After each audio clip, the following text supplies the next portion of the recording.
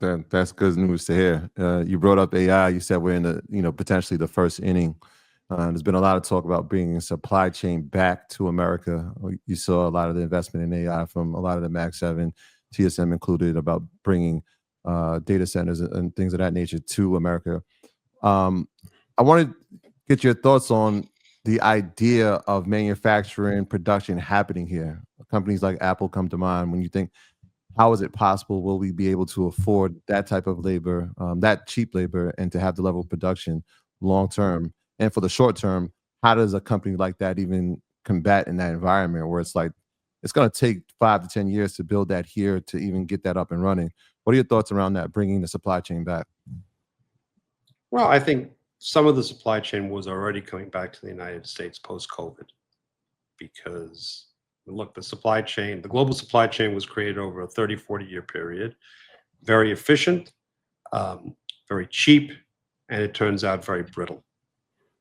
And we learned that in COVID. So some of the supply chain was actually coming back here to begin with, because if you're, think of it this way: if you're the CEO of a company, some type of manufacturing company, and your supply chain completely broke down during COVID, the board's didn't blame you because nobody predicted COVID, but you only get one bite out of that apple.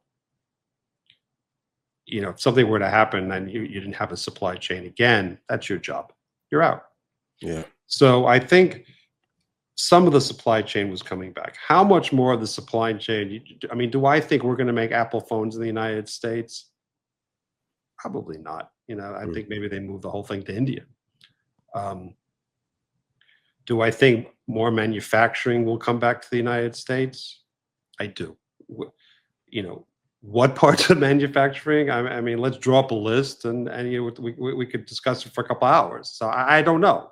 I don't know which parts of manufacturing are going to come back and which are not. I just don't. I know that some will. What are your top 3 favorite global macro indicators or technical indicators to know when you should be looking to enter a position? Well, that's a small question. You got to ask what the people want to know. Start a little smaller. I actually don't think of it that way. One of the things that I've learned over the years is, this is my opinion, I don't think that there's only one way to value stocks. Some people do. Some people think you just do some sort of discounted cash flow model. I actually hate that method. Yeah, I do too. But I don't. I don't think that there's. What I do think is that there are 11 sectors in the S&P, and each sector has subsectors, and every one of those sectors or important subsectors has a mafia. And what I mean by that is the people who are the experts in the area, who traffic in this area almost exclusively or semi-exclusively, and that audience is usually composed of sell-side analysts, buy-side analysts, and certain portfolio managers who are really have real expertise in the area. Now, I know this for a fact because for a very long time I was chairman of the financial services mafia, and each mafia determines 2 things. Number one, what are the terms of debate in terms of what should we look at to determine whether our sector is going to do well or do bad? And what are the valuation parameters that we care about? So banks, for example, are valued on a price to tangible book value. Tech stocks are valued on some combination of PE, cash flow, EBITDA, discounted cash flow. It depends on the company. So I operate within the terms of each sector. I'm not going to convince people. It's very difficult to convince the mafia that they were completely wrong about how they should view their sector and how to value the sector.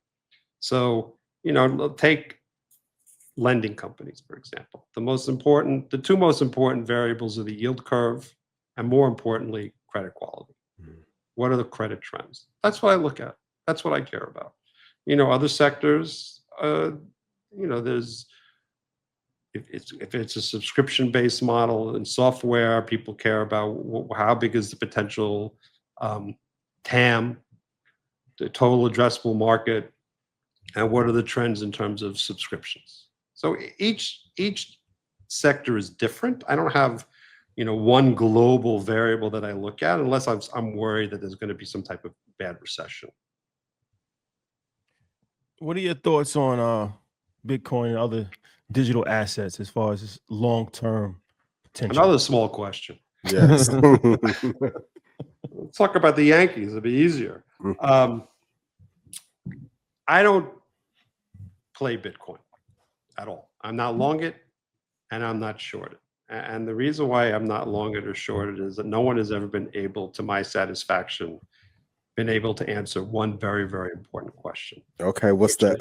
Which is, why should I own it? And store value. Yes, I'm coming to that. Okay. Yeah. Don't jump the gun. I'm going to answer the question. So the people who consider themselves experts in Bitcoin, if you were to ask them, why should I own Bitcoin? I think the answer you would most frequently get would be something like, over the last couple of decades, there's been way too much government debt. So the value of fiat currency, which anyone out who doesn't know what that is, which is most people, fiat currency is government-created currency, which is every currency other than Bitcoin, et cetera. So fiat currency has been debased, is the argument. And you want to own an asset that will do well as that debasement continues.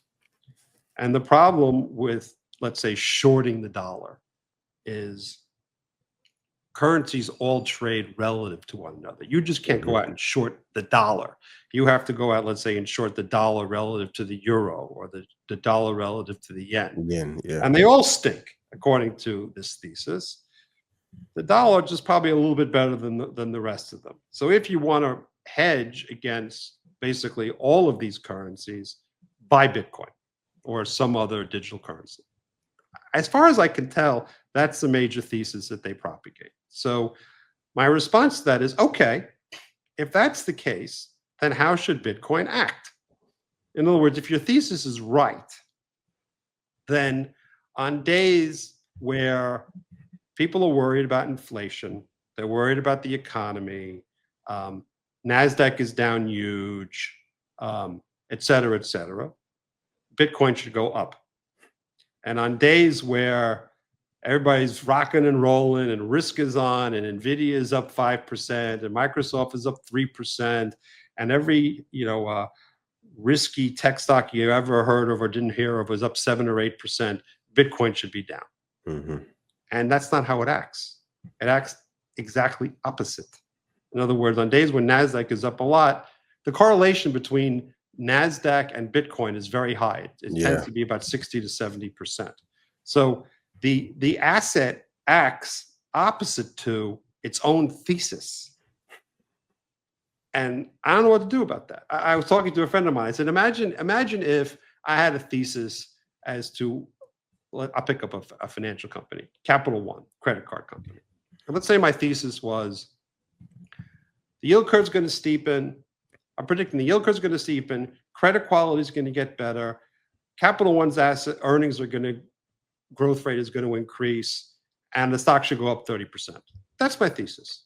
And let's say the yield curve steepens, credit quality gets better, Capital One's earnings go up, and the stock goes down 30%. I'd say to myself, I don't know what I'm doing. I clearly don't understand this stock. So the problem I have with Bitcoin, again, is that it acts, as far as I can tell, opposite to the majority thesis as people who own it, propagate. And I don't know what to make of that. That's why I don't own Bitcoin. That's a lot. All right. So it was a big question. Yankees and Mets. Honest answer. I got Yankees and Mets. Who finished with a better I don't have an opinion. That's too hard for me. Bitcoin. All right, perfect. Here, so I want to go to this. So this global trade war kind of boils down to us versus China, and so China has put out a recent statement. If anybody tries to negotiate with them, there'll be tariffs and inverse, Right. kind of like what we've done to other countries, right? To isolate China. Best case scenario, right? How do you think this plays out? Right, we know what can happen on the worst case scenario, but in the best case scenario, how do you see this playing out? Okay, so let's put some numbers to this just so everybody's on the same page. The percentage of US GDP that comes from exports is 11%. That is the lowest number of just about any country in the world. We are the way to think about it is we are the most insular economy of any developed country. If you were to Google what percentage of China's GDP comes from exports, it would say 19%. But that's not really true because China ships a lot of things to Vietnam and Cambodia, et cetera, which then makes its way into the world so they can avoid some of the tariffs. My guess is that 30% of China's GDP comes from export. If you look at Europe, any major country in Europe is over 30%, with the exception of Germany, which is over 40. Canada is at 35, and Mexico is at 35. And of that 35, 25 points out of that 35 is just exports to the US. So in terms of just playing poker, who holds more cards? That's the United States, because our GDP is less dependent upon exports than anybody else. That's the first thing just to say. So then what conclusions can you draw from that? I think the major conclusions that you can draw are, number one, the US is in the best position to negotiate a deal with anyone. Number two, if everybody's rational, they will try and cut as good a deal as possible with the United States as they can.